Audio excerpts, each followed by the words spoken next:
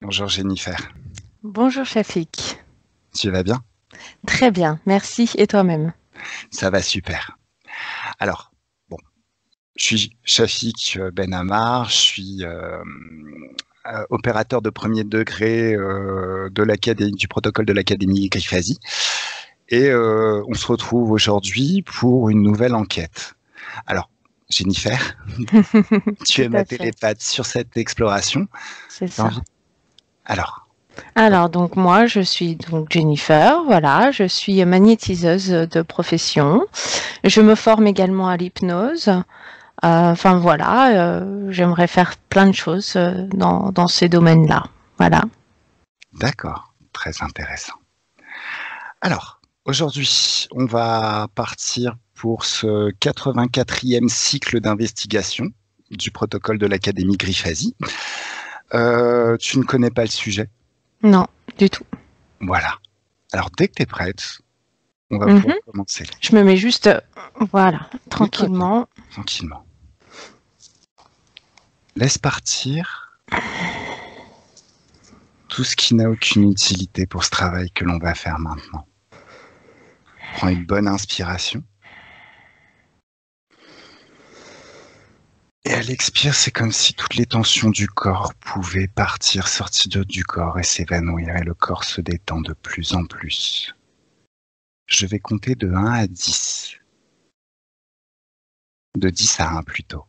Et à 1, tu seras dans l'état hypnotique, dans cette atmosphère éthérique, au bon niveau pour travailler sur ce nouveau sujet. Alors 10, tu peux prendre encore une bonne inspiration. Et sur l'expiration, le corps se détend encore. 9. Et plus le corps se détend, plus tu rentres dans cette atmosphère éthérique, dans cette ambiance hypnotique. 8. D'abord doucement, puis de plus en plus rapidement. 7.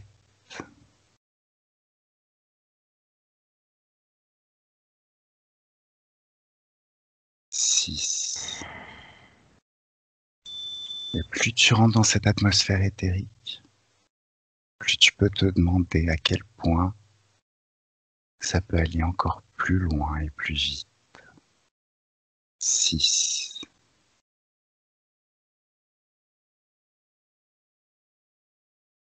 5.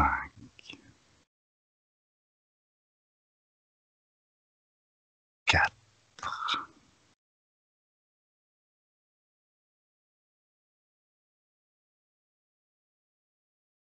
3.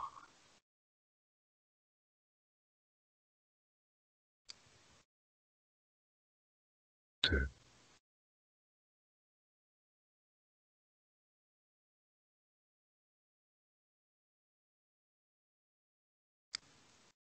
Et 1.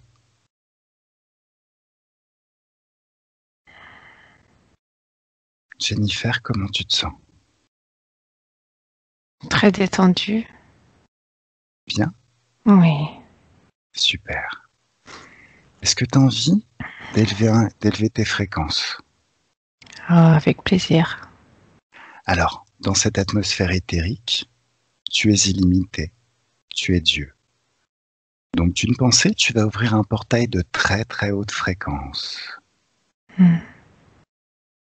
Et comme c'est ton portail, tu peux le passer. Je ne sais pas où ça va t'emmener, mais c'est forcément un endroit merveilleux, plein de bonnes énergies. Et c'est comme si toutes les énergies basses pouvaient s'échapper de ton corps et être remplacées par de très très hautes énergies, de très très hautes fréquences.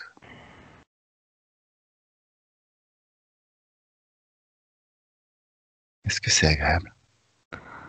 Super chouette. Magnifique.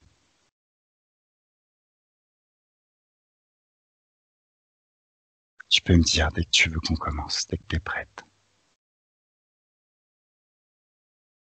C'est bon pour moi. Très bien.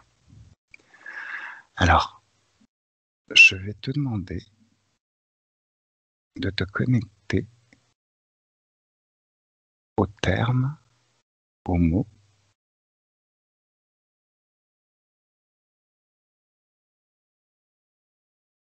déjà vu.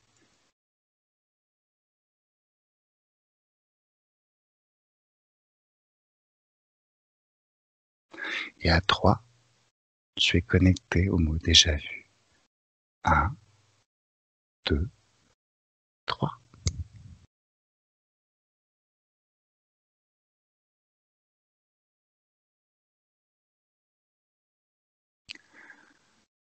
Connecte-toi à un être humain à un moment avant qu'il n'ait un déjà vu. Que perçois-tu ou que visualises-tu?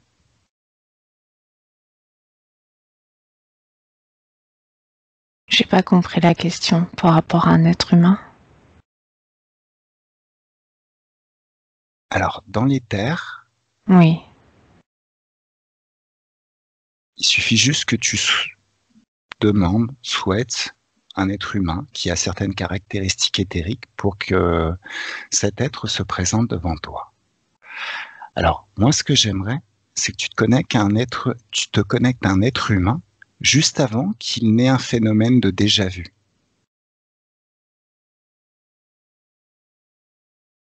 Oui. Que perçois-tu ou que visualises-tu? Moi, je vois la personne, en fait. Ouais, Je vois une femme de petite taille, cheveux très longs, très bien. très douce.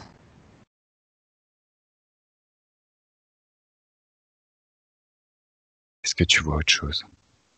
J'ai des sensations dans le corps, en fait. J'ai la sensation qu'elle me prend la main. Ah, et qu'est-ce qui se passe? Dis-moi. Pour aller me montrer quelque chose, en fait. Je ne sais pas quoi, elle me guide.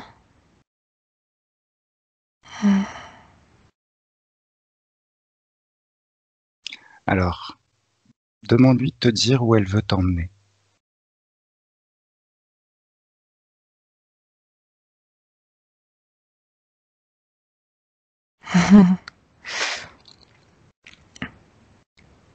Voir le meilleur monde, elle me dit. Voir le meilleur monde. Oui, Alors, moi, je préférais que tu lui demandes de relâcher. bien sûr. Voilà. Euh,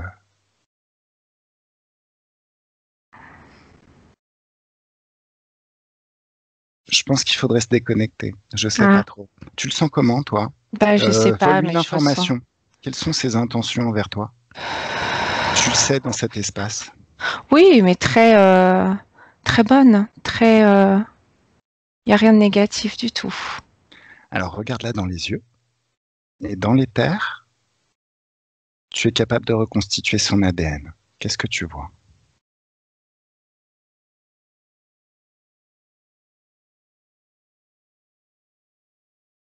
Je vois une personne qui a une très très haute fréquence vibratoire. Alors, prends de la hauteur. Fais des mouvements de de va-et-vient pour changer de perception sur la situation.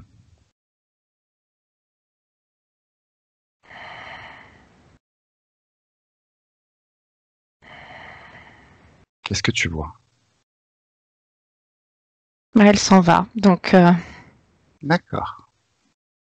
Bon, c'était pas tout à fait ce qu'on recherchait.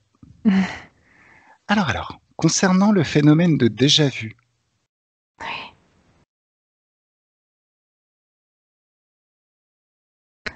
Le est-ce que, phénomène de déjà vu.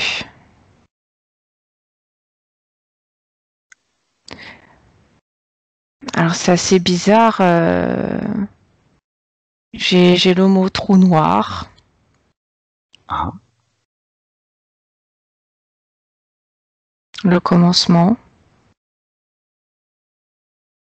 le commencement, ce qui s'ensuit après.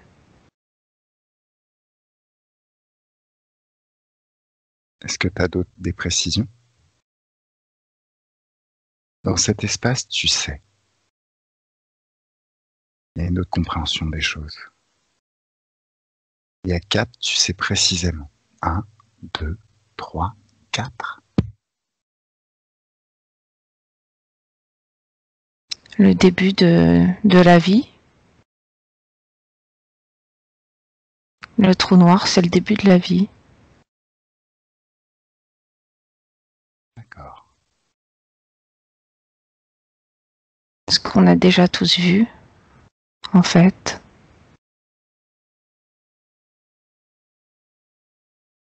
Très bien.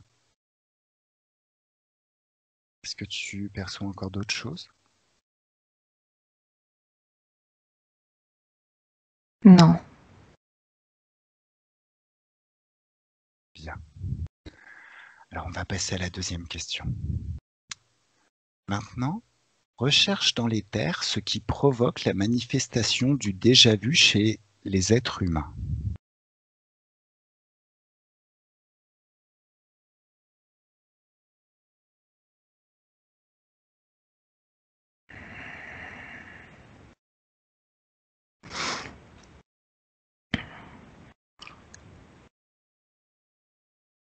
D'avoir déjà vu une scène dans ses rêves.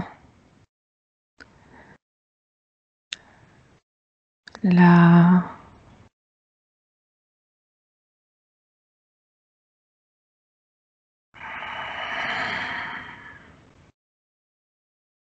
Est-ce que tu perçois autre chose?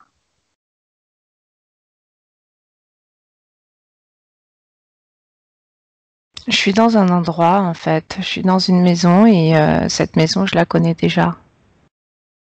J'ai la sensation que j'y ai déjà vécu dans une autre vie. Et ça revient à moi, là, en fait. Super. Comme le fait de rencontrer les gens, il y a des personnes qu'on connaît déjà, en fait. Or que c'est la première fois qu'on les voit, mais il y a déjà beaucoup d'infos.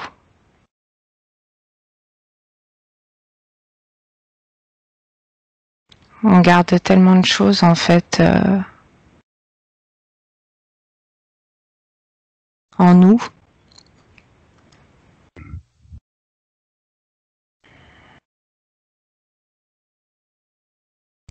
Est-ce qu'il y a autre chose qui te vient? Non, pour l'instant, non. Très bien. On va passer à la troisième question. Observe ce phénomène par rapport à ce qui se passe au niveau cérébral.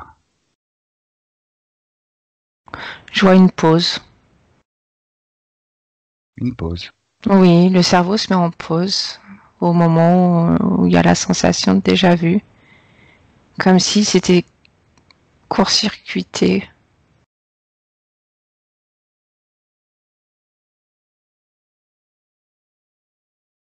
Hmm. Très bien. Tu vois encore autre chose? Ouais, enfin, il y a des choses qui se déconnectent au fur et à mesure au niveau du cerveau à ce moment-là. Et que c'est la partie droite qui fonctionne en fait sur le phénomène de déjà vu. La partie droite? Oui.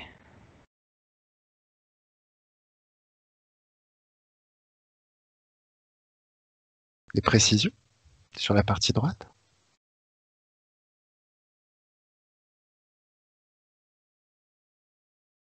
C'est l'endroit du cerveau qu'on travaille le moins, voire pas du tout pour certaines personnes.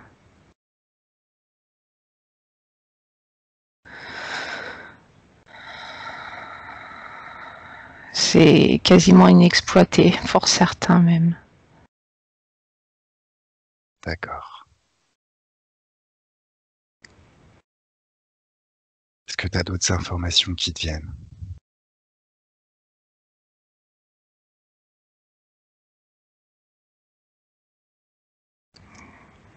Canaliser, j'ai le mot canaliser. Des précisions sur le mot canaliser? À 3, tu sais. 1, 2, 3.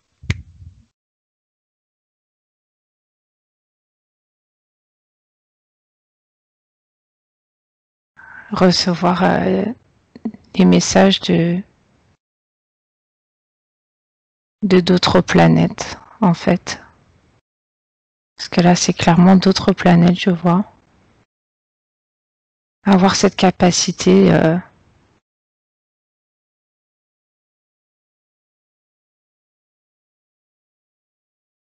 de... comme une sensation presque de sortir de son corps. Parce que là, c'est la sensation que je ressens là. De flotter.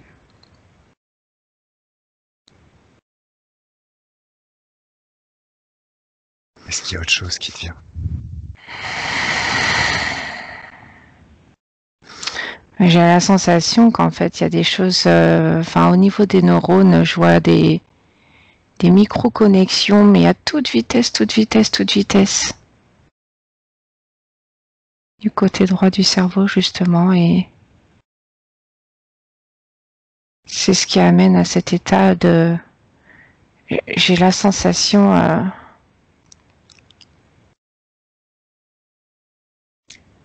assez troublante de décorporation là-dedans, en fait.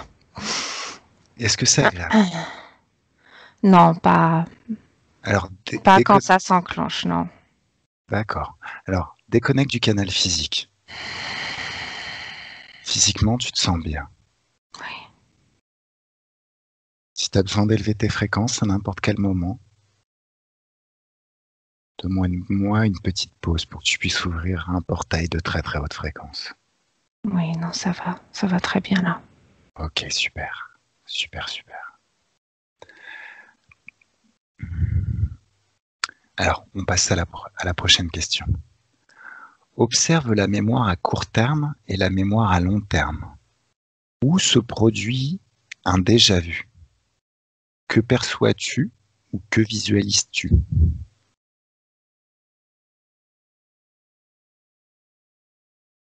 Au niveau de la mémoire du long terme. Parce qu'en fin de compte, je vois qu'au niveau du cerveau, dès notre naissance, on a déjà plein d'infos dans... C'est pas comme un disque dur vierge, au final. Les gens pensent que... qu'on n'a pas de souvenirs avant, mais si. Parce que notre cerveau, ce n'est pas que ça qui fonctionne.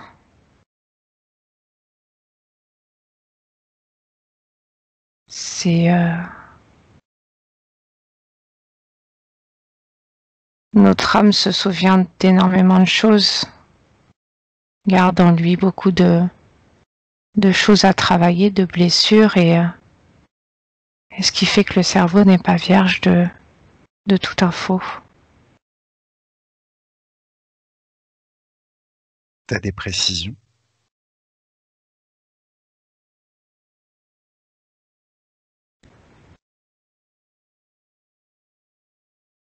C'est comme la sensation qu'en fait le cerveau, on avait voulu faire un reboot. Dès le départ, quelque chose de neuf.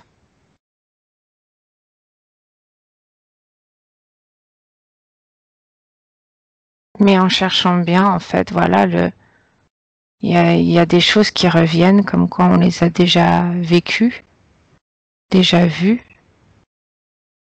Après, j'ai pas plus de précision que ça, mais c'est assez flou. Alors, à 3, tout s'éclaircit maintenant. 1, 2, 3.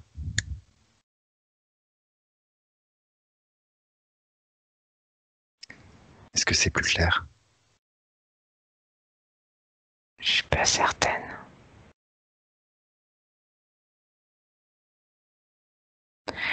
C'est un peu comme l'informatique, quoi. On nous a On nous a mis certaines choses qu'en fin de compte, on est obligé de se souvenir de ces choses-là.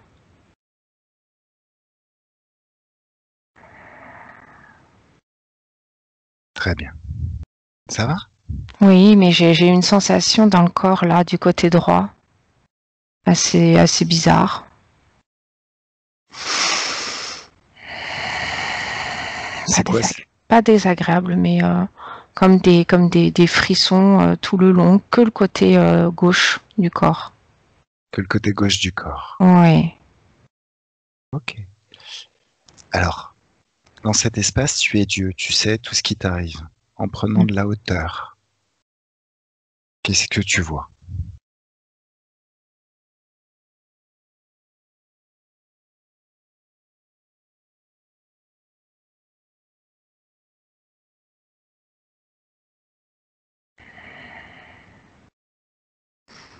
Je vois rien de spécial, mais j'y suis bien. D'accord. Et qu'est-ce qui arrive, tu sais?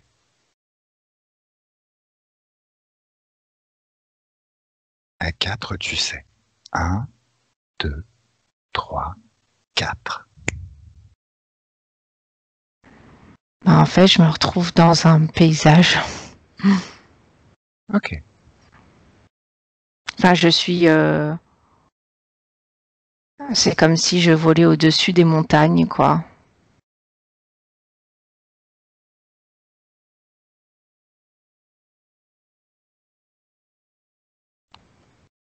Et qu'est-ce que c'est? Mais comme si j'avais le pouvoir, comme si j'étais telle une fée ou un papillon, en fin de compte. Avec une vision à 360.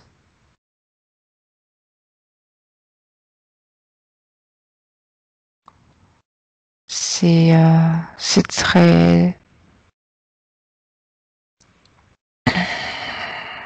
Je me sens apaisée.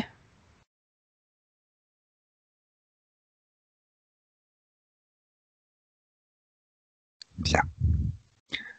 Alors, on passe à la question suivante.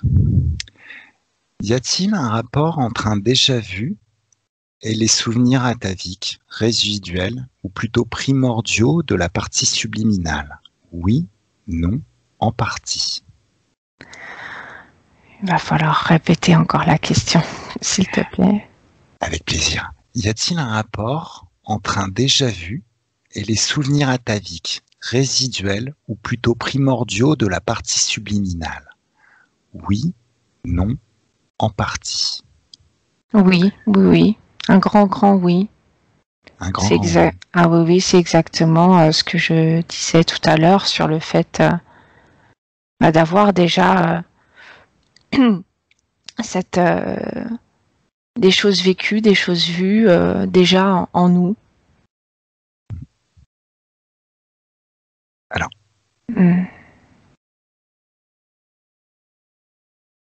si oui, quelle relation perçois-tu?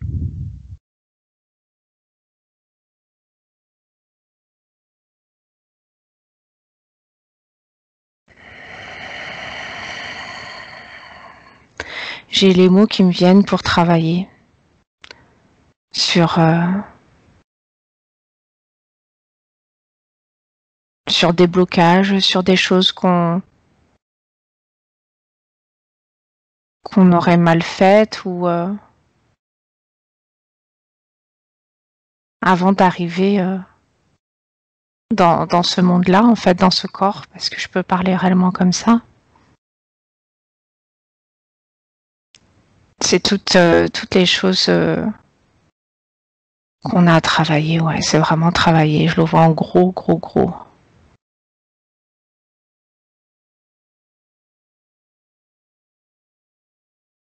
Remettre en ordre.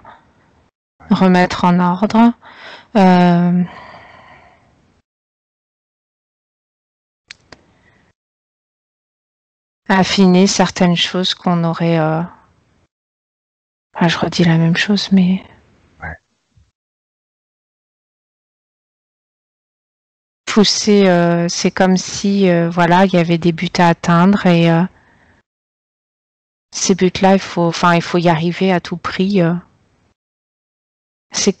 Alors ça, c'est marrant, c'est comme si on validait une étape d'un jeu vidéo, par exemple. Je vois le truc comme ça. Première étape, c'est bon. Deuxième étape, ok.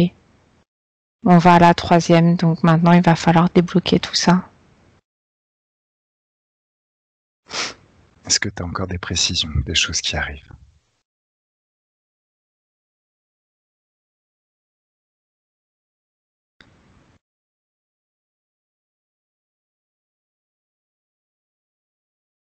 Non, mis à part, c'est comme un système d'annotation, c'est assez drôle.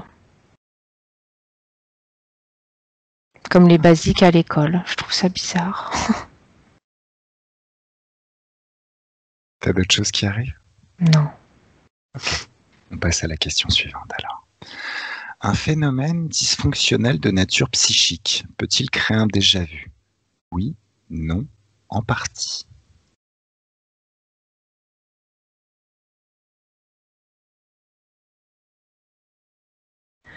Comme les personnes qui auraient une déficience mentale ou autre.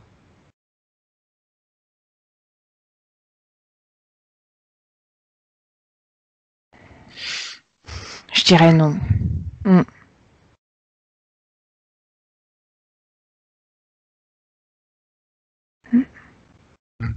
Attends.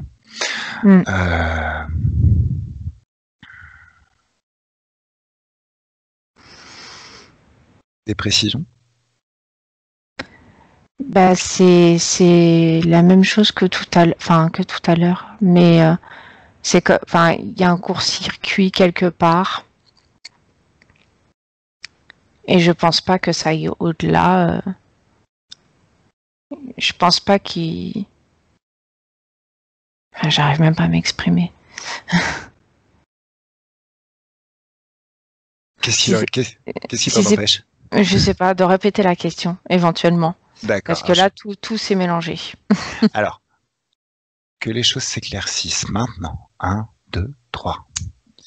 Un phénomène dysfonctionnel de nature psychique peut-il créer un déjà-vu? Oui, non, en partie.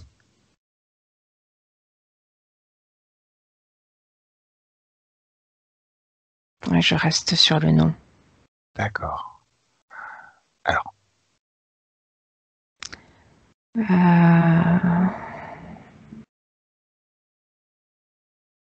Alors, la question 8, c'est si oui ou en partie, quel genre de phénomène et que se passe-t-il dans ces cas? Si c'est non, on va passer à la 9. Les déjà-vus sont-ils tous du même type? Oui, non, en partie.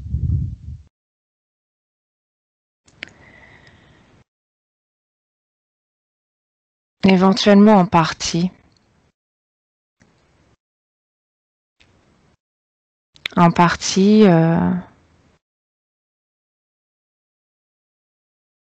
Il y a cette notion de vivre les mêmes événements, les mêmes choses au même moment à plusieurs endroits différents. Ah. Donc, la question 10, c'est quel type de déjà-vu peuvent survenir? Si oui ou en partie, quel type de déjà-vu peuvent survenir? Est-ce que tu as des précisions sur ce que tu viens de dire? Sur le fait de... Même rien que ça soit dans d'autres mondes, j'ai cette notion-là. D'histoires similaires, de vie similaire. Et pareil dans notre monde à nous. Quelqu'un qui serait assez éloigné, mais au final... un peu comme... C'est drôle et bizarre à la fois, clone, j'ai ce mot-là. C'est... Clone... Il y a des personnes qui nous ressemblent au niveau physique, caractère, façon de vivre, les mêmes goûts. Oui, je vois bien des personnes ayant le même type de maison, avec le même nombre d'enfants, et vivre des choses similaires et il est fort possible que cette notion de déjà-vu soit due comme un effet miroir, le reflet de l'autre. Très intéressant.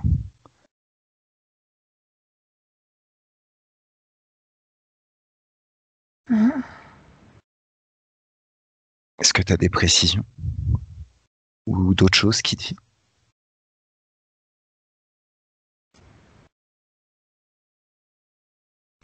Sur les types de déjà-vu qui peuvent survenir?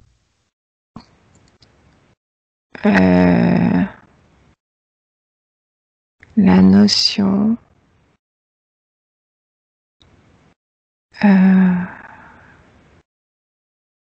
Alors là, je l'ai perdu. J'ai perdu le fil. Alors, on était à quel type? Enfin, j'ai perdu le fil déjà sur... Oui. Alors, oui. Dans cet espace, tu es Dieu, donc tu peux remonter le temps ou l'avancer. Retrouve le fil. À 3, tu as retrouvé le fil. 1, 2, 3.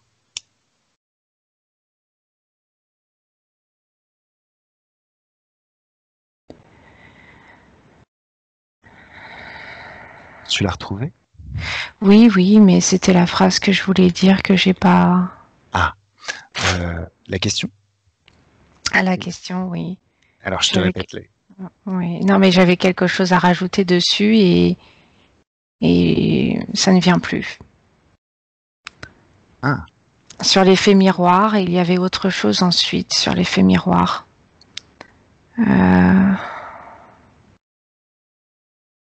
C'est comme une programmation.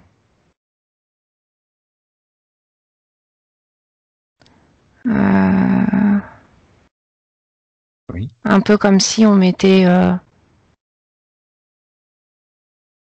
les mêmes pions et on leur donnait les mêmes objectifs à atteindre. J'ai l'impression d'être dans un jeu, en fait. C'est très troublant. Cette notion de la première personne qui arrive, c'est bon, les autres, ils auront échoué automatiquement. Donc, ils seront obligés de refaire une nouvelle partie quelque temps après. Très bien. T'as encore des choses à ajouter? Non. Alors, on passe à la question suivante. Le déjà-vu peut-il être lié à des phénomènes de clairvoyance ou des perceptions extrasensorielles, des précognitions? Oui, non, en partie.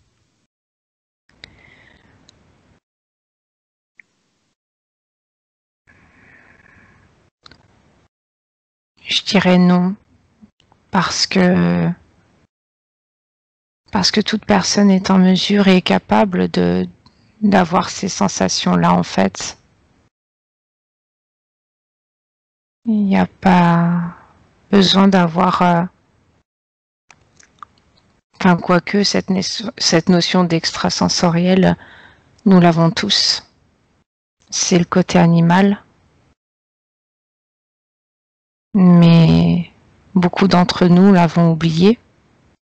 Ne savons pas comment l'utiliser non plus.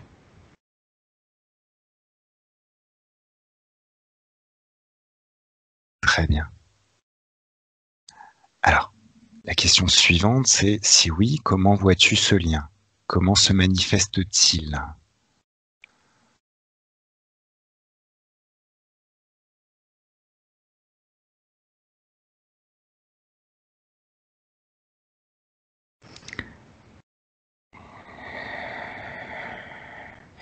Un peu comme si on mettait un arrêt sur image.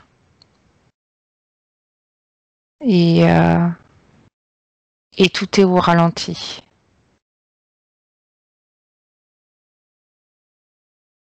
Un peu comme au cinéma, je me vois devant un grand écran et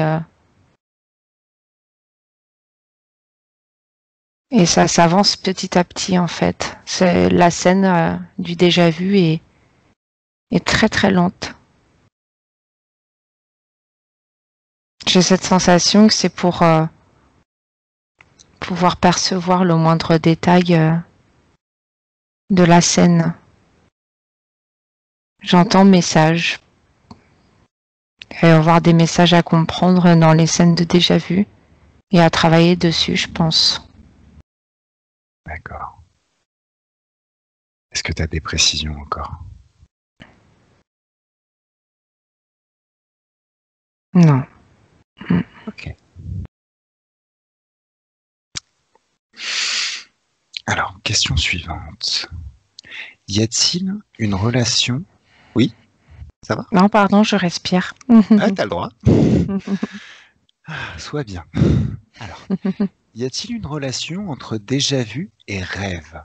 Oui, non, en partie.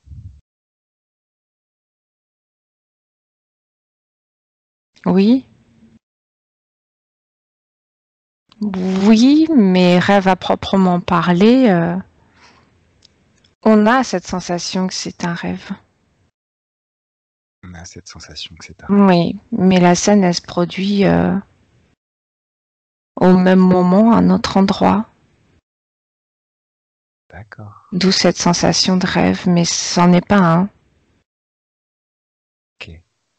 Alors, la question 14, c'est si oui, quel genre de relation perçois-tu? Bon, je pense que tu viens d'y répondre. Des choses à ajouter? Non, comme ça, non. D'accord.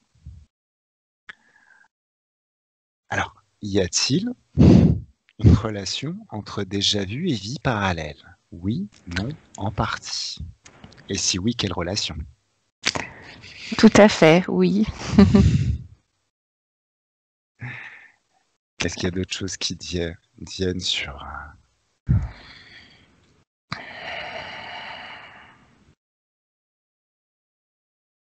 le sujet? Malheureusement, comme ça, non.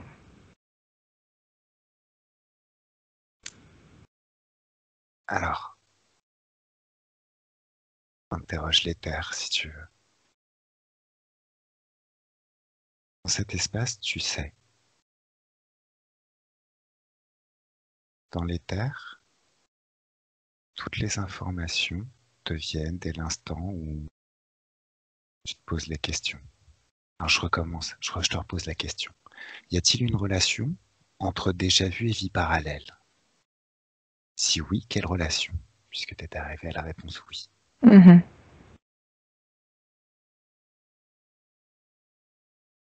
Et à 4, Oui, j'ai le mot équilibre. équilibre. Oui, Vas-y. pour un équilibre, euh,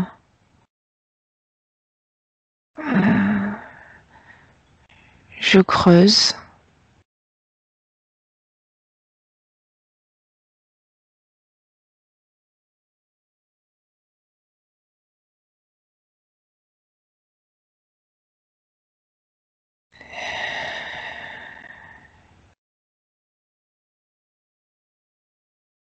Oui, il y a juste cette notion d'équilibre qui arrive.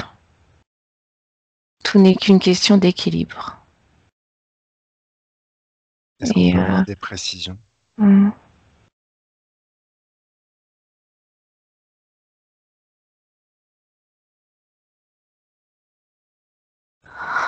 Alors j'ai cette sensation que cette notion d'équilibre peut entraîner encore d'autres personnes qui vivent ce même déjà vu à rectifier le tir. À rectifier le tir, c'est pas le terme adapté, c'est pas le mot adapté, mais à, à effectuer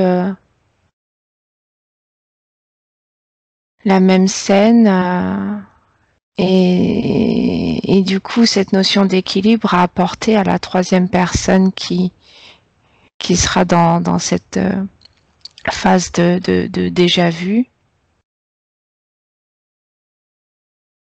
d'avoir cette intuition qu'en fait elle le fait pas correctement et qu'il faut le faire autrement. Excellent. Mm. Il y a autre chose qui te vient?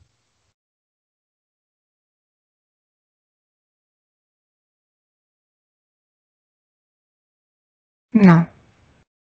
Très bien. Alors, question suivante. Un déjà vu peut-il être induit? Oui, non, en partie.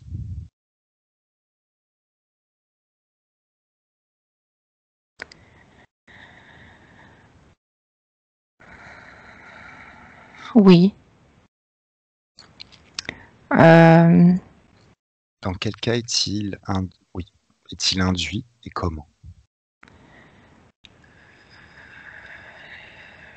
La façon dont on est élevé, éduqué. Je vois cette notion de famille en tous les cas.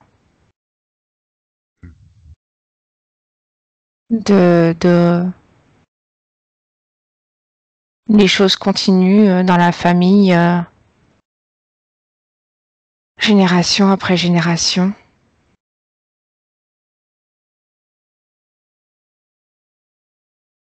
Donc d'apprendre des choses, à faire des choses. Déjà, oui. Est-ce qu'il y a d'autres choses qui te viennent? Non. Ok. Alors là, on va continuer avec l'exploration libre. Tu as parlé de la métaphore du jeu vidéo, de valider des points, d'obtenir, d'avoir des annotations.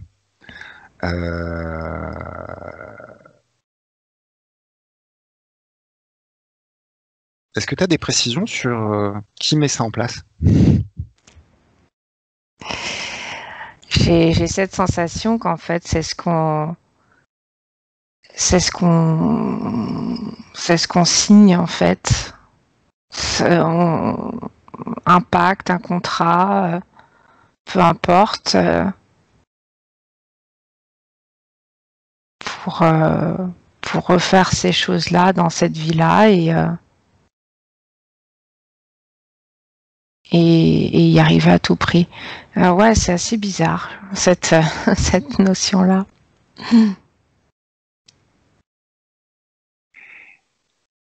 Est-ce qu'il y a d'autres choses qui te viennent? Non, mis à part que nous faisons le choix de vouloir repasser par ces mêmes phases ou pas. Ou pas? Mm. D'accord.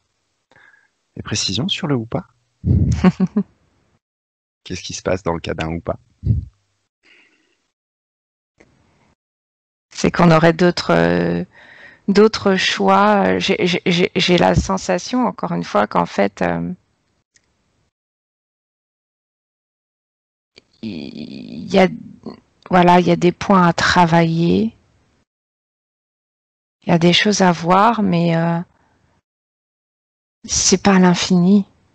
Sur quoi on va signer, par exemple, c'est pas à l'infini.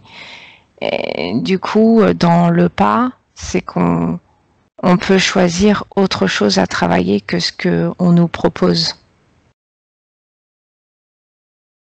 D'accord. Très très bien. Il y a d'autres choses qui te viennent? Non.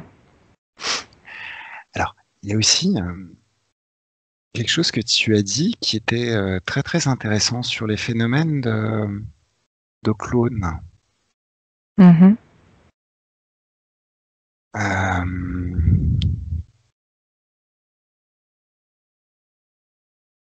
Avec les mêmes... Est-ce que tu as des précisions? Est-ce qu'on peut creuser ce sujet? On peut, oui. Alors, est-ce qu'il y a quelque chose qui te vient là déjà?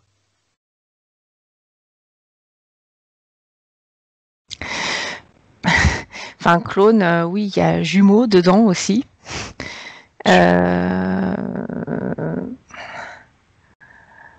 Juste jumeaux, mais j'ai famille d'âme. Famille d'âme qui vient. Oui. D'accord. Qui décide de vivre les mêmes choses au même moment dans d'autres dimensions différentes. On y va de notre plein gré, hein, ça c'est clair et net. On nous force en rien du tout. Très bien. Alors, des précisions sur famille d'âme, est-ce que tu en as?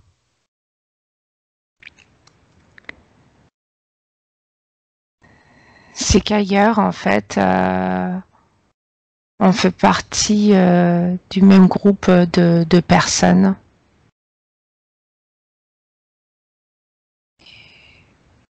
Au niveau de ce qu'on peut ressentir, de nos caractères, d'une grosse connexion en fait au départ, ce qui fait que on décide soit d'arriver sur un plan comme la Terre ou un autre plan hein, aussi, hein, en tant que frère, sœur, jumeaux, cousins, mère, père aussi, et comme ou soit d'avoir comme une deuxième personne identique, hein, voilà, comme je disais tout à l'heure, un clone dans une autre dimension, mais complète, quoi. C'est et ça n'a rien à voir avec les valeurs, hein. Ah bon? Non, ça n'a rien à voir avec les valeurs, c'est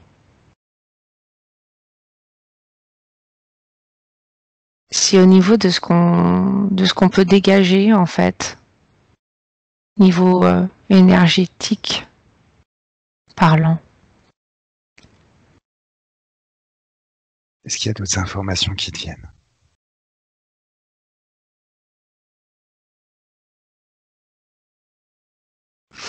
Non, mis à part qu'on est libre de choisir. Ça, c'est la chose qui revient tout le temps. D'accord. Okay. Alors, j'avais une autre question, enfin, qui m'intéresse moi personnellement, c'est est-ce qu'on a des précisions sur l'âme?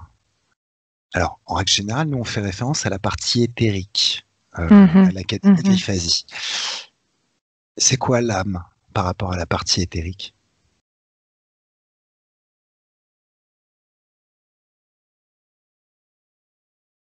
Ou est-ce que c'est un rapport? C'est un rapport aussi, mais c'est plus grand. C'est plus... C'est pur. C'est pur. Ouais, j'ai la notion de pureté. D'accord. C'est encore au-dessus, hein. C'est vraiment... Ouais, c'est un stade au-dessus. Pour moi. Ok. Très très bien. Est-ce que tu as d'autres choses à ajouter sur le sujet, même de façon globale?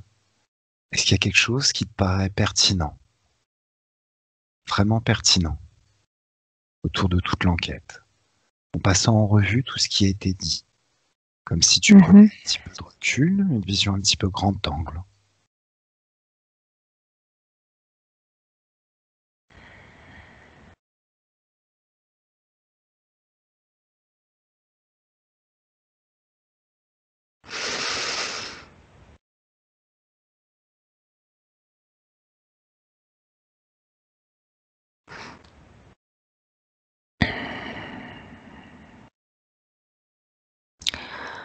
Bah, le fait de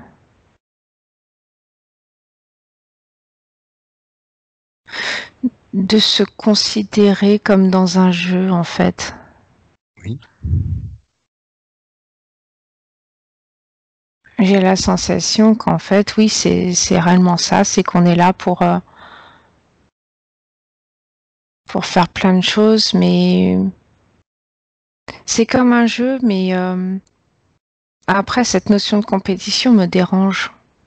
Et ça n'existe pas, en fait. Ça n'existe pas parce que même si à l'échec, en fait, on repart pour un tour. Donc, Il n'y a pas réellement d'échecs qui existent. C'est comme des essais. D'accord. Il y a autre chose qui te vienne? Non, du coup, non.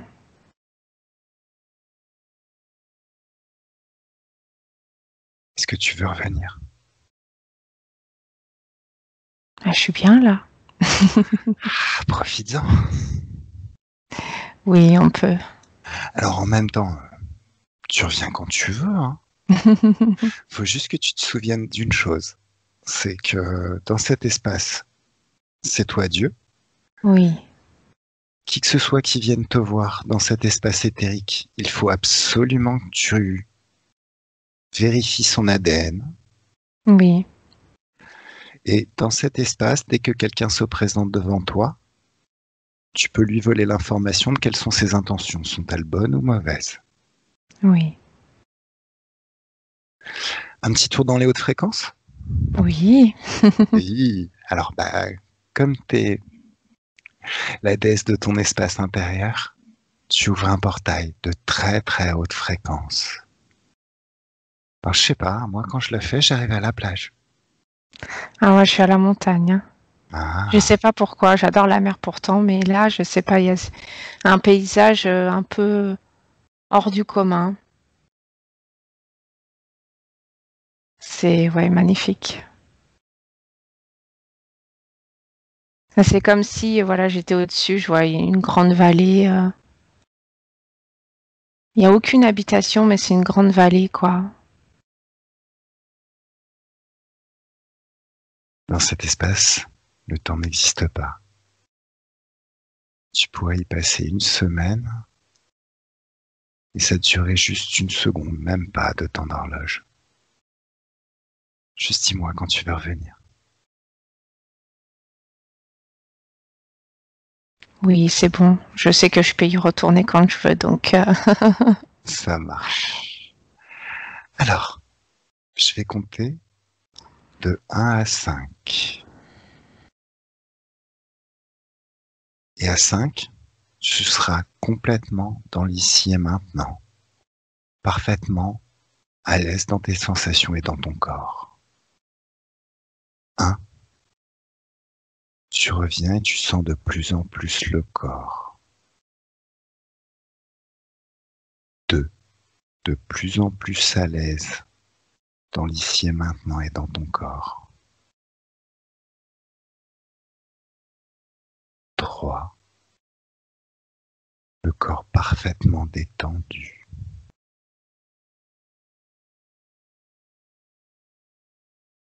4, de mieux en mieux, bien dans le corps physique. Et 5, parfaitement ici, dans l'ici et maintenant, à l'aise dans tes énergies et dans ton corps.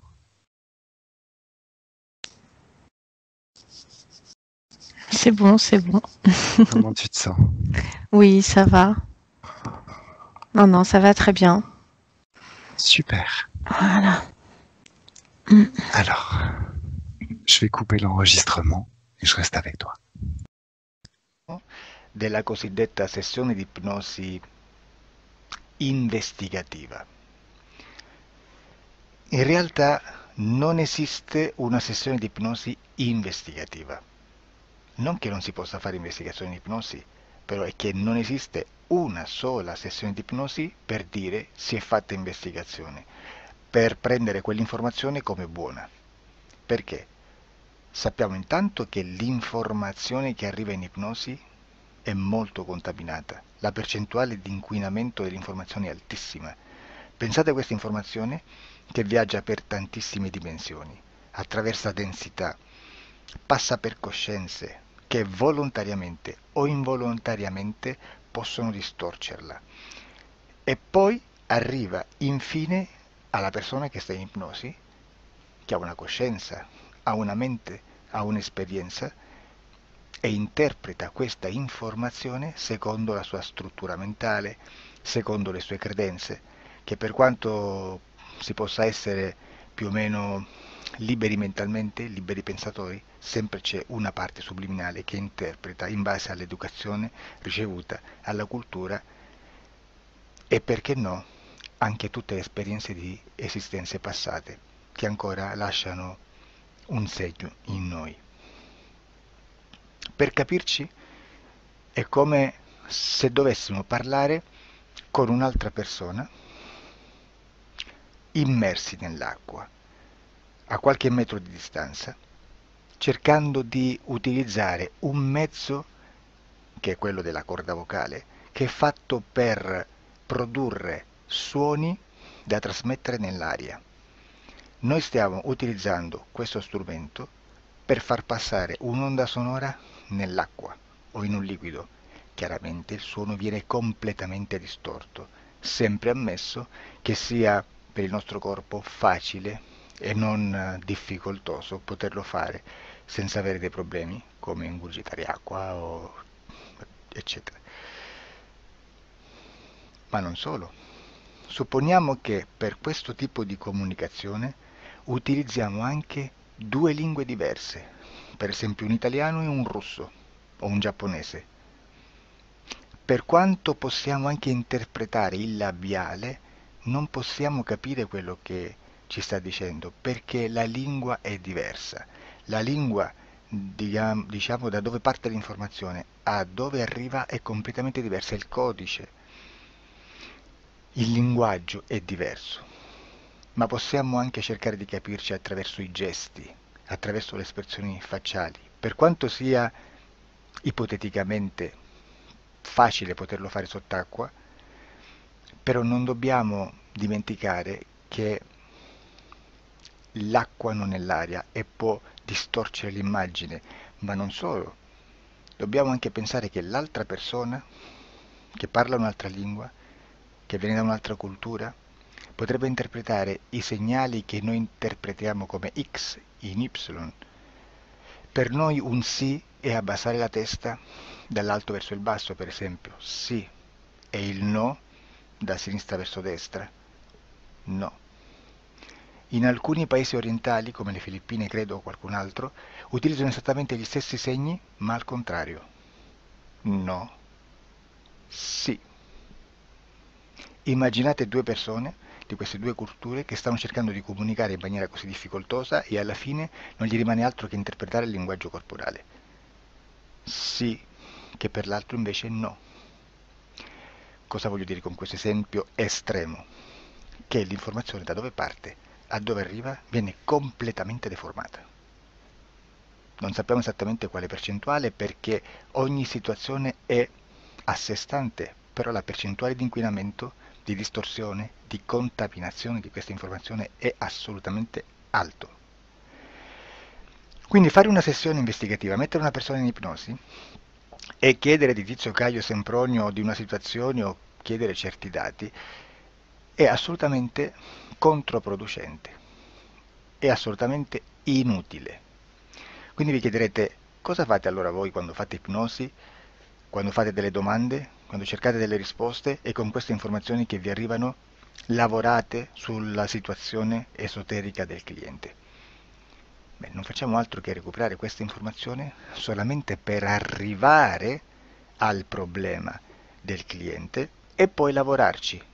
Quindi il valore dell'informazione non è quello di un'istruzione, quello di memorizzare dei dati e di prenderli per buoni, ma è un veicolo di movimento, di trasporto verso la causa del problema per poi lavorarci. Quindi lo scopo di questo tipo di informazione che si prende dalla singola sessione è completamente un altro. Come si fa quindi? Investigazione in ipnosi. Il lavoro non è semplice, il lavoro è lungo, difficoltoso, stancante. È necessario farlo anche in squadra perché bisogna moltiplicare il numero di sessioni da fare e una sola persona potrebbe farlo soltanto in un tempo estremamente largo. Noi abbiamo delle informazioni che prendiamo ormai per buone, ci lavoriamo, danno dei risultati, quindi per noi sono buone. E come abbiamo fatto ad avere queste informazioni? Per esempio, come facciamo a sapere che un extraterrestre chiamato il cosiddetto grigio è più o meno alto X, poi ci sono magari quelli anche un po' più alti, ma hanno un corpo strano, hanno una pelle grigio-verde, hanno degli occhi grandi a mandorla, neri, senza una pupilla visibile, non hanno quasi bocca, né naso, né orecchie, hanno soltanto delle fessure, non hanno organi genitali, hanno degli arti molto più lunghi rispetto alla proporzione che potrebbe avere il corpo umano, e di solito hanno meno dita delle 5 del corpo umano, eccetera, eccetera, eccetera. O se prendiamo un altro tipo di essere che possiamo incontrare in ipnosi, come facciamo a dire che hanno delle somiglianze con i rettili, gli animali rettili terrestri, o gli invertebrati, gli insetti terrestri? Perché? Perché siamo sicuri di questa informazione e ci lavoriamo, e quando ci arriva la prendiamo già per buona, nonostante sia anch'essa contaminata.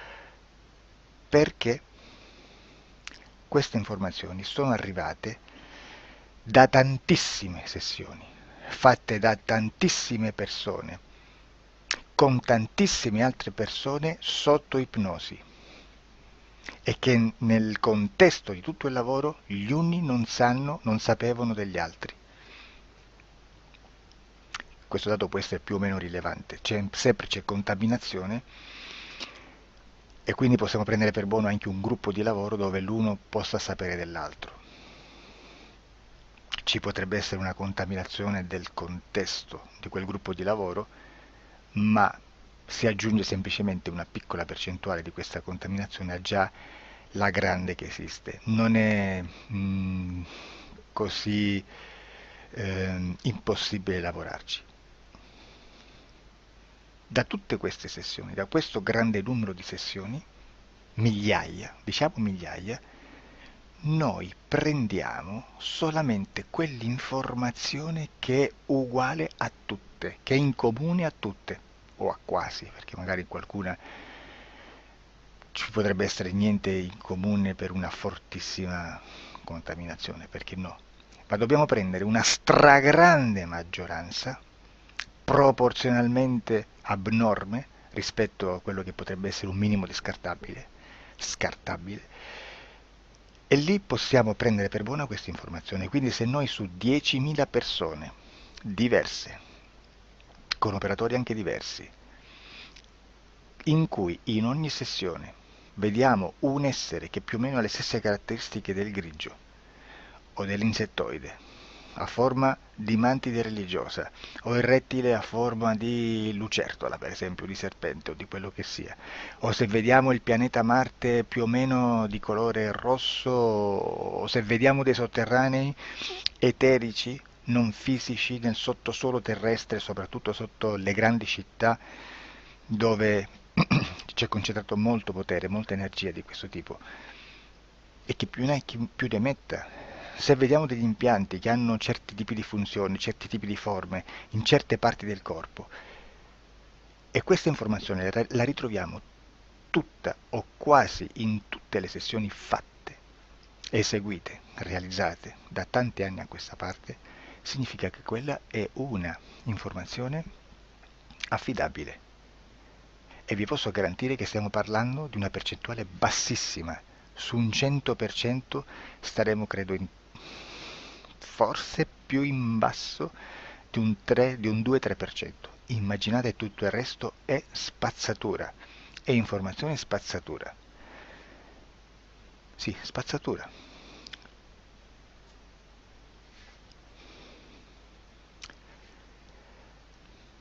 C'è anche un'altra cosa da dire.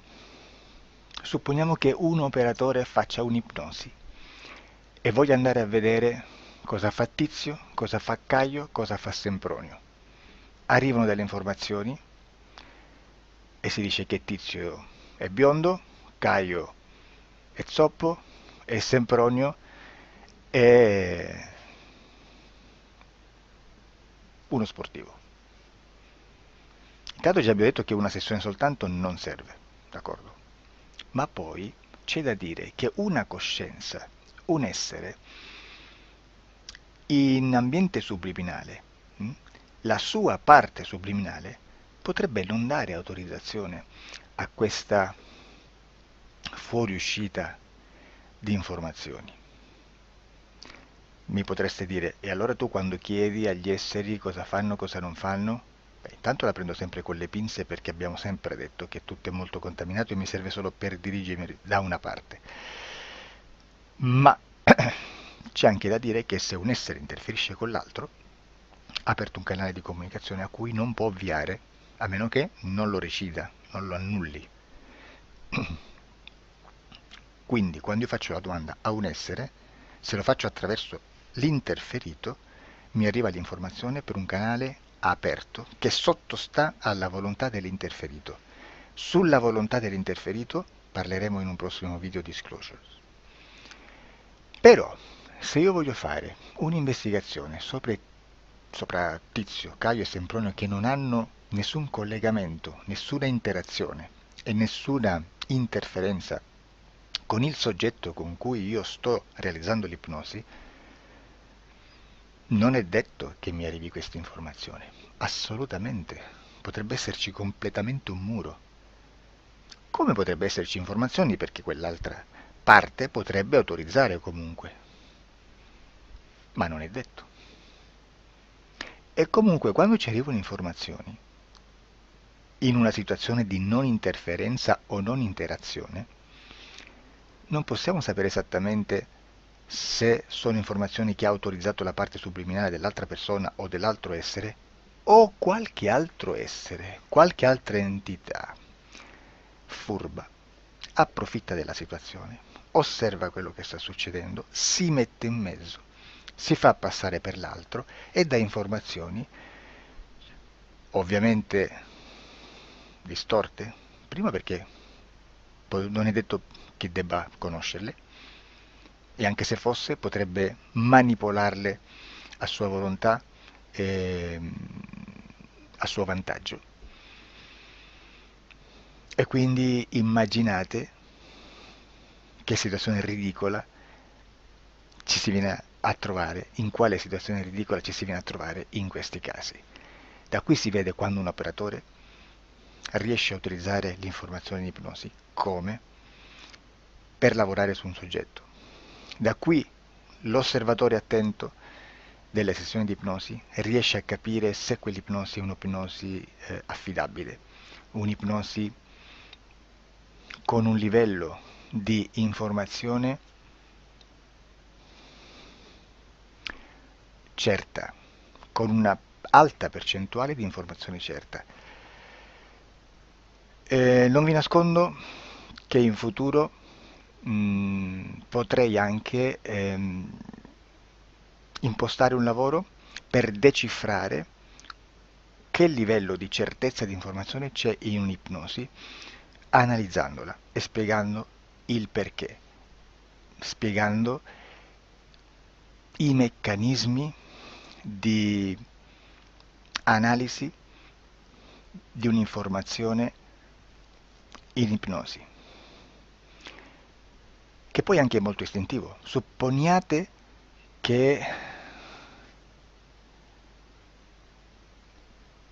che dobbiamo cercare un'informazione su internet, per esempio un fatto di cronaca.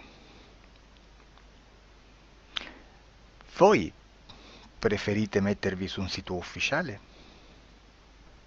A caso. L'ANSA in Italia, ADN Kronos, qualche telegiornale che per quanto possano manipolare l'informazione ad alti livelli, comunque possiamo dare affidabile la fonte dell'informazione che viene trasmessa. Non possono trasmettere una bufala sicuramente. Verrà sicuramente manipolata ad altri livelli. Ne parleremo in altri video, ma a livello base la fonte è certa. Sicuramente non andrete a cercare questa informazione sul primo sito, il primo blog che vi passa davanti e magari c'ha 4 followers. Perché? Perché non vi dà nessuna garanzia della certezza della fonte. Non c'è un controllo né nella struttura interna di questa agenzia di informazione, e né dal grande pubblico, che per la quantità di persone che attingono quell'informazione si può dedurre se l'informazione è certa o meno, perché è un'informazione che passa in un pubblico così vasto che se ci dovesse essere una distorsione con la realtà è molto probabile che venga fuori. Credo che abbia detto quasi tutto sulle sessioni investigative. Prima di chiudere aggiungo che proprio per questo stiamo conducendo dei cicli di investigazione in ipnosi regressiva che comprendono tante sessioni con persone diverse, con una buona o eccellente suscettibilità ipnotica sicuramente, per poter indagare su spazi ristretti su alcuni temi. Perché dico spazi ristretti? Perché se andiamo a prendere eventi grandi nel tempo, nello spazio, storici, parlare di qualcosa di molto generico implica una quantità di sessioni abnorme. Immaginate se dovessimo fare una sessione investigativa sui buchi neri, quanta informazione ci sarebbe e quante informazioni da filtrare. Sarebbe quasi impossibile farlo in questa maniera. Ma se noi riduciamo lo spazio di investigazione, se noi prendiamo per esempio, investighiamo sulla pedofilia nella Chiesa Cattolica, ecco, se già restringiamo il campo d'azione è molto più facile che possiamo attingere informazioni affidabili, presuntamente affidabili, con un numero di sessioni sicuramente alte, ma ridotte rispetto ad altri tipi di sessioni molto più generiche, su temi molto più generici. Quindi per fare anche delle investigazioni su temi molto generici bisogna suddividerli in temi, in dettagli, per poi alla fine, quando tutta l'informazione è stata filtrata ed è stata dedotta l'informazione comune, si possono mettere insieme per cominciare a costruire il quadro, mettere insieme tutti i puzzles. Questo è il vero senso dell'informazione in ipnosi, quando si fa ipnosi investigativa. La sessione per risolvere una problematica, un problema, con una presunta origine esoterica di un cliente, di una persona, è un'altra cosa, sono altri metodi, altre tecniche e l'informazione si usa in un'altra maniera, ha un altro scopo. Grazie, ci vediamo al prossimo video. Disclosure.